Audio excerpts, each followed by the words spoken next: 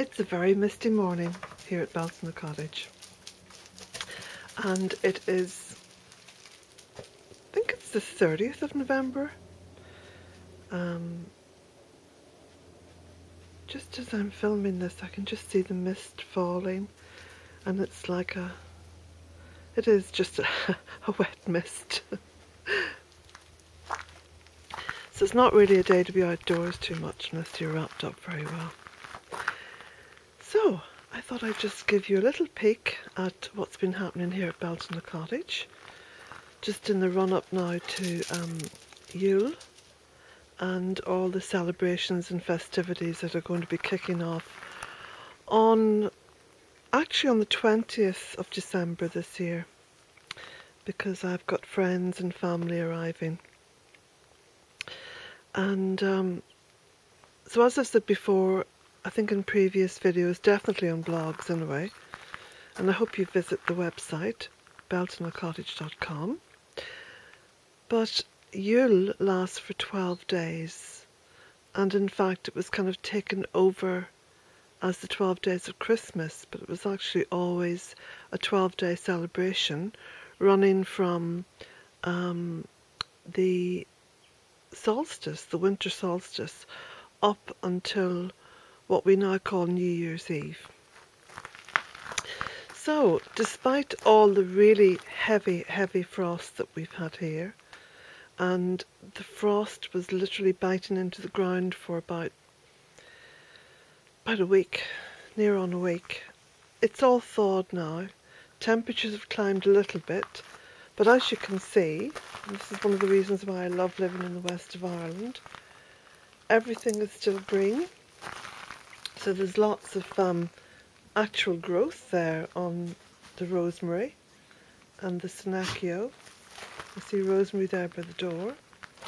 And then over there, just zoom in, got rosemary outside the door of the lodge in a pot, which is looking pretty good.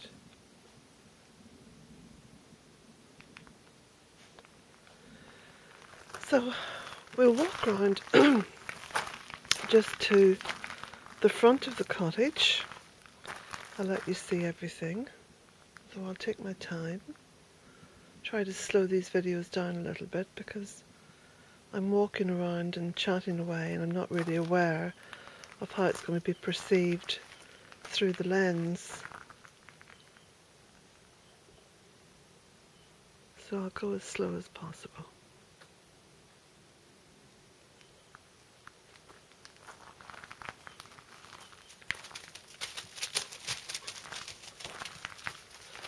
Jack wants to head round the front.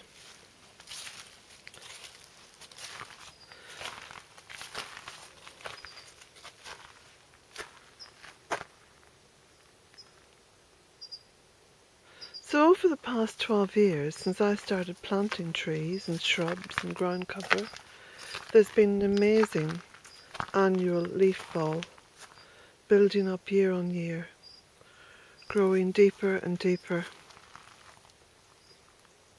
Look at this lushness. And I can assure you all, it is the work of one woman, i.e. myself.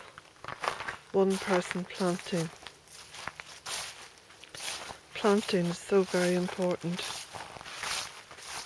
You can hear me walking through the leaves, because without that constant recycling of the growth that nature does each year, there's no soil. The only reason we have soil is because of all this. That makes soil.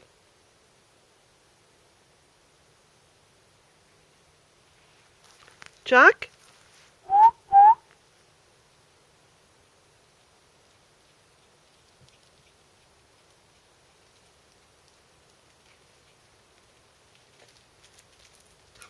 Good boy.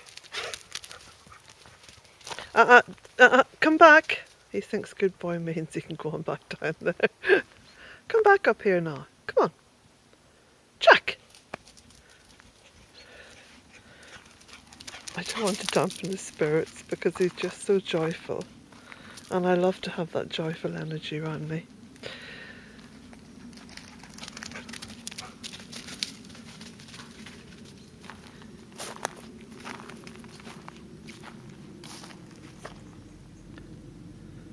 Now you might be thinking, what's in that bag and bucket? Well, I'll show you.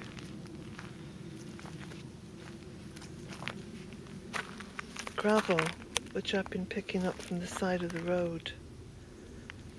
Each time I go out in the car, the one that I share with my daughter, I make sure that I do a bit of foraging and come back with some booty in one form or another. Look at these colours now, just on the cusp of December. I mean, we're actually 1 month now into the winter, and these colours are just amazing, aren't they?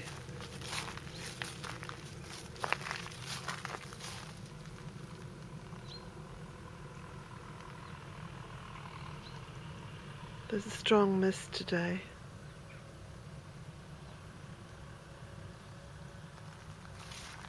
So it's a bit like living in an echo chamber. You hear all the sounds, all the noises. Isn't this beautiful?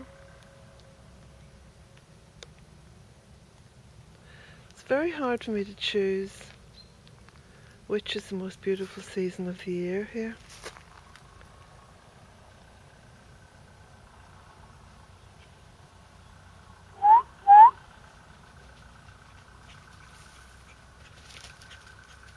Oh, he's going down into the fairy wood. Well, I'll walk up here along the bank.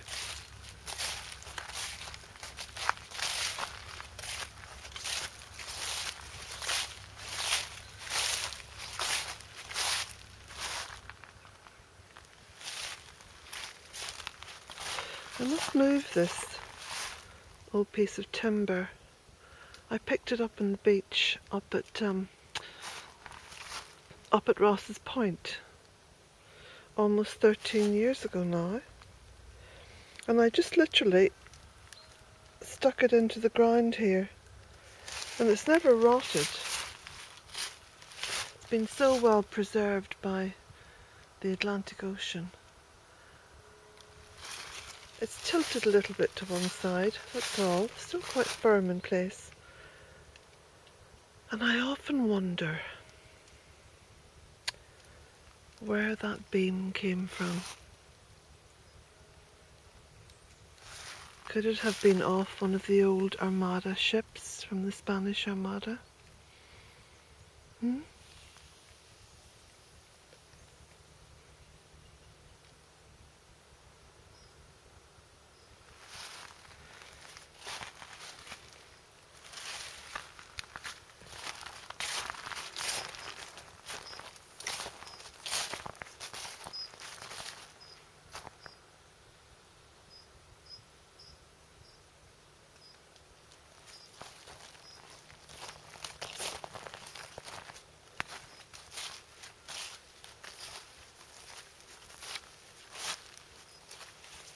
I've been cutting back some of the bamboo. I brought it down by about a half. One of the things that you do have to work at in any permaculture, especially Goddess permaculture garden, because Goddess permaculture, as you know, is not just about planting food for oneself, it's about planting food for all life. If we don't feed all the life around us, we don't have any life ourselves. I think some of us are beginning to recognise that now as being one of the most important elements of ecology.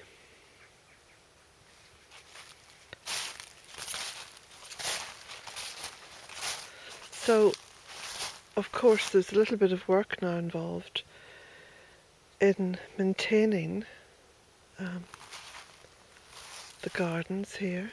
It's not really the gardens, it's more of just, it's the woodland, isn't it? The beautiful web there, I don't know if you can see it.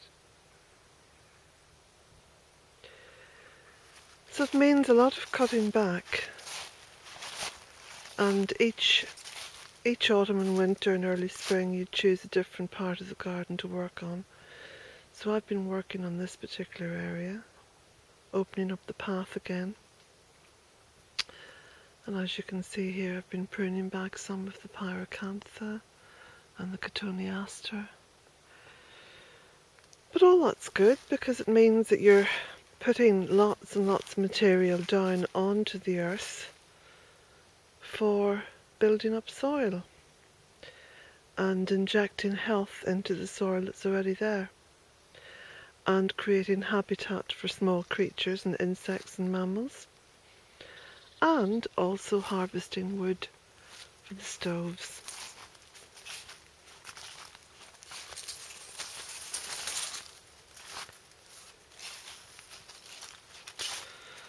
We walk up through one of the little orchards here.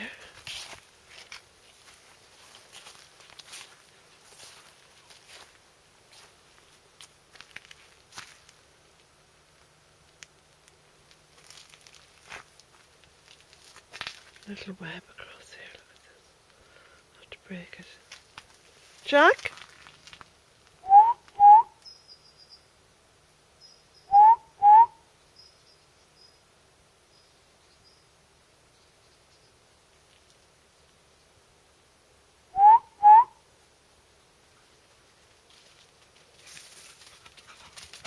There you are.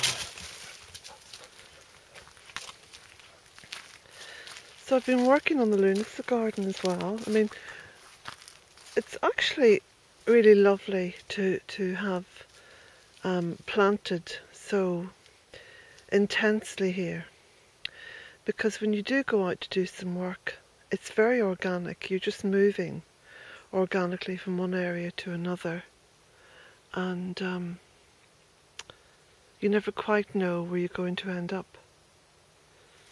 So I've been working on the Lunacy garden as well as working on cutting back, and you can see little raised beds that I've started off here.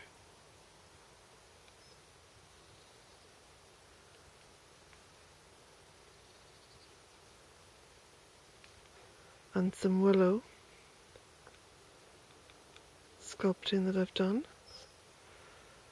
I'll be doing some more of that.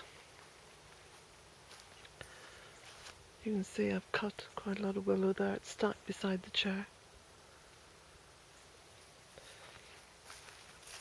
So one of the reasons why I've been enabled to do the raised beds, because there's a lot of earth there, is because I've been moving a lot of earth from the tunnel.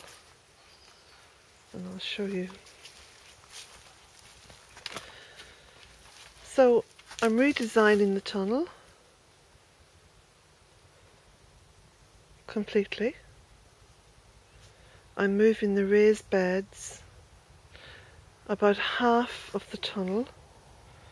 I'm moving the raised beds from, so up as far as the water barrel here, and you can see over there I'm actually raising the raised beds, so I'm putting another level on them.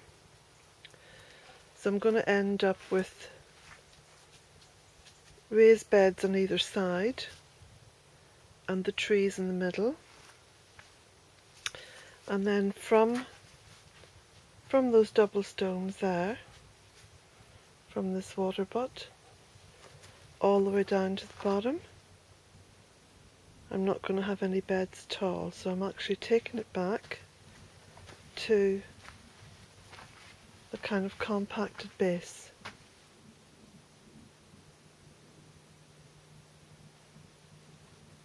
See the celery in there,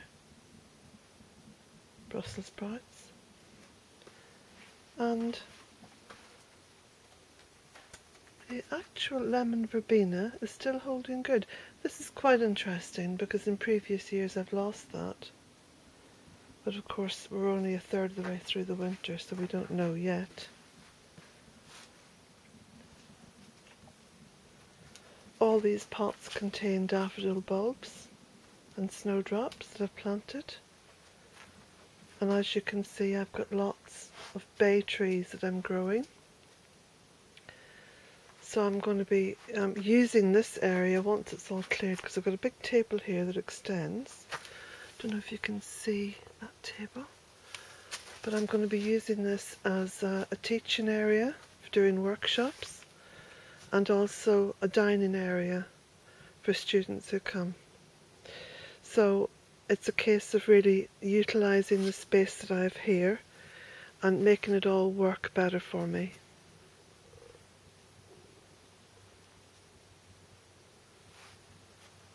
Jack, come on.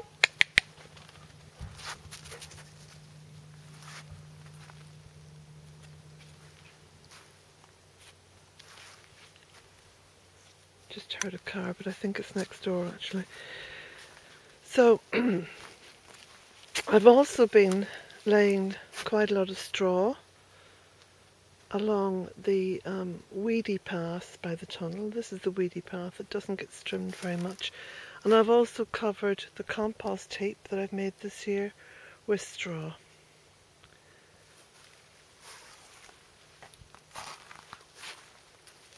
The reason why I do that is just to really kind of put it to bed for the winter. And it helps to insulate it a little bit, and it does help the biodegradation, what am I saying? The biodegrading to take place with a little bit more ease. So this is the new compost heap that I've started just a couple of months ago. And it's interesting actually, that was a thing of barley. Was it barley? And where the birds have been starting to eat it. I think it's barley actually. No, it's not, it's oats. Stuff that I pull up. So we walk just down here a little bit to the end of the bank. So I'm not going to go down further in the gardens today. Just look down into the fairy wood. It's very beautiful, very still today. I actually love days like this. If there wasn't this kind of frosty dampness, I'd probably be out here a lot more, but maybe I just need to wrap up a bit better.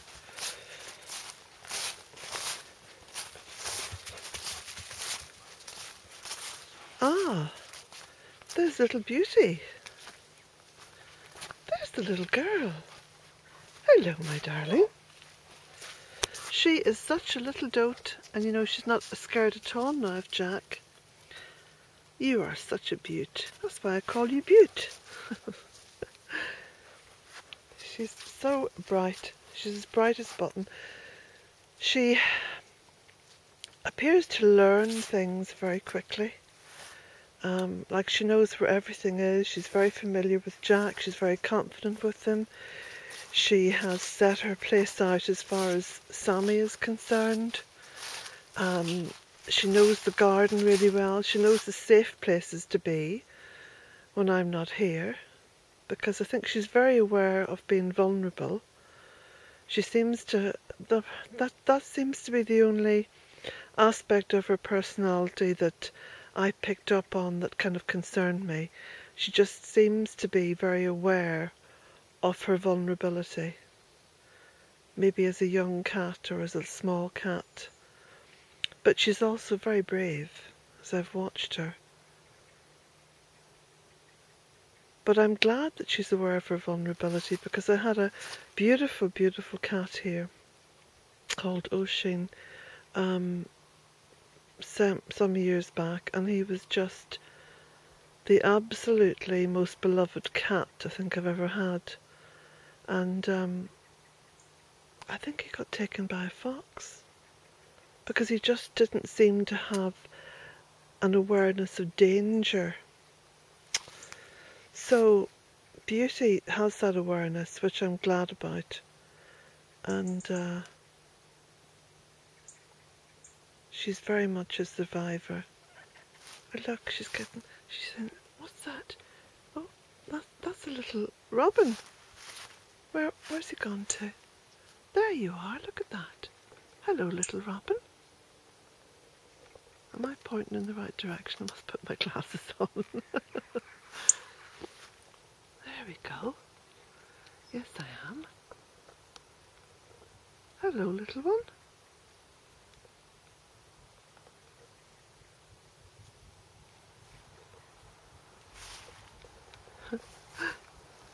She quivered all over when she seen the bird, but she has been fed quite a lot. I think if she tries to jump fast, she'll probably explode.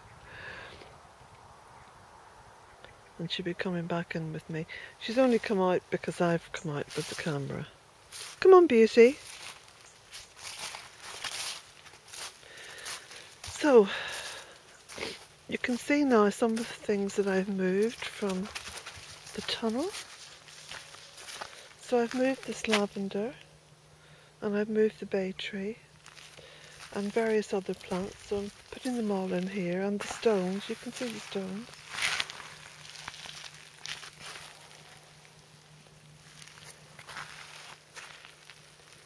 So I'm quite happy now with the way that the Lunacy Garden's coming on, because I can safely say that well over a third of it is now complete.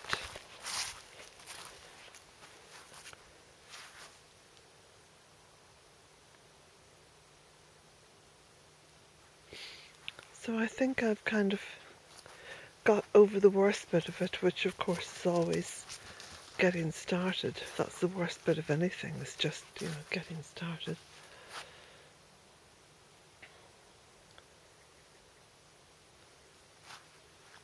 Look at her over there playing.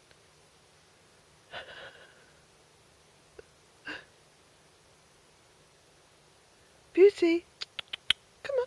Psst.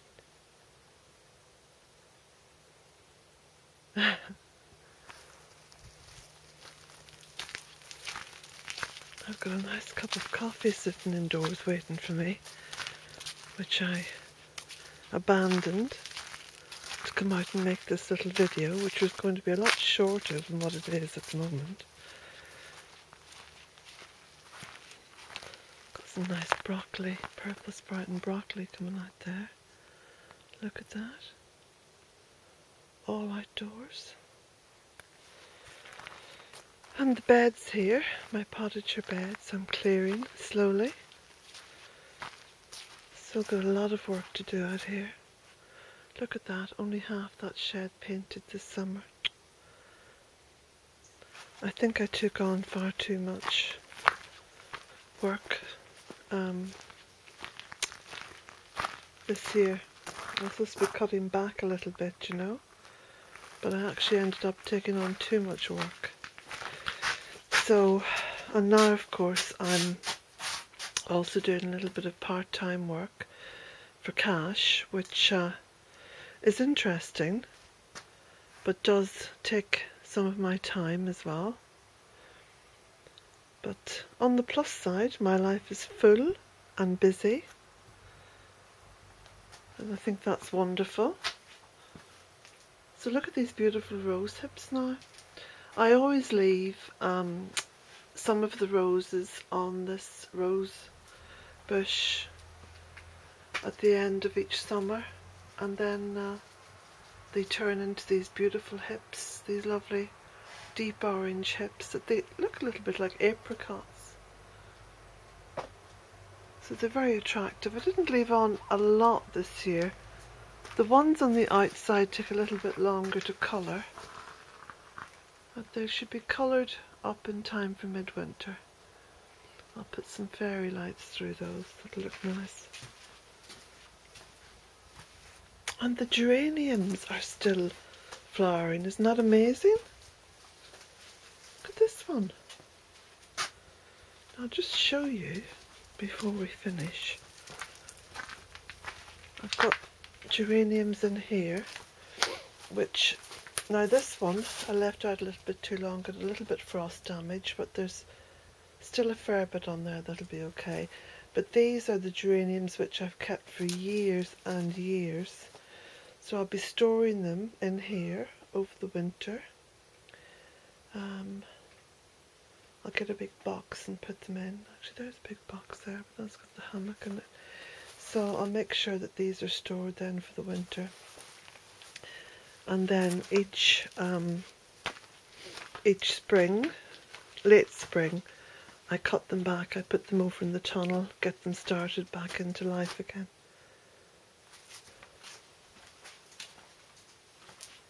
And this New Zealand flax has really come on well in this pot.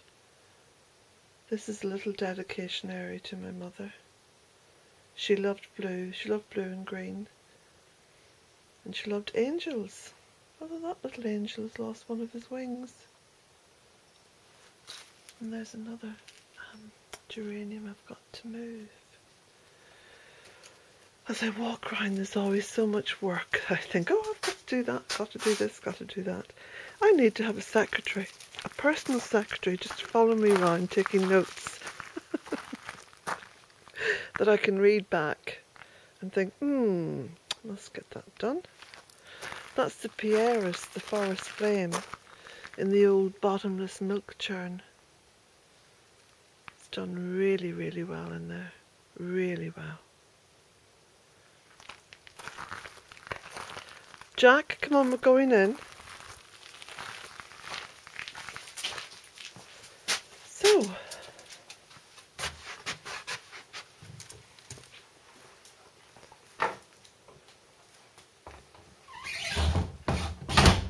my sticky door.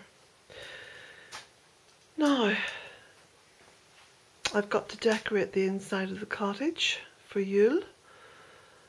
I've got a lot of ivy to pick and a lot of greenery to pick, and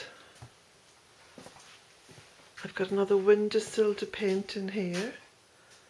So you can see I've painted this windowsill.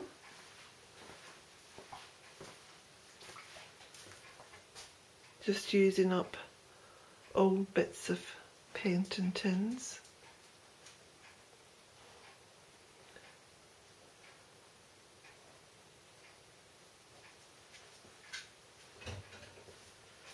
I've got to do this windowsill over here because this is a little bit grubby, a little bit dark and grey. So I'll be doing that windowsill next, maybe later on today actually.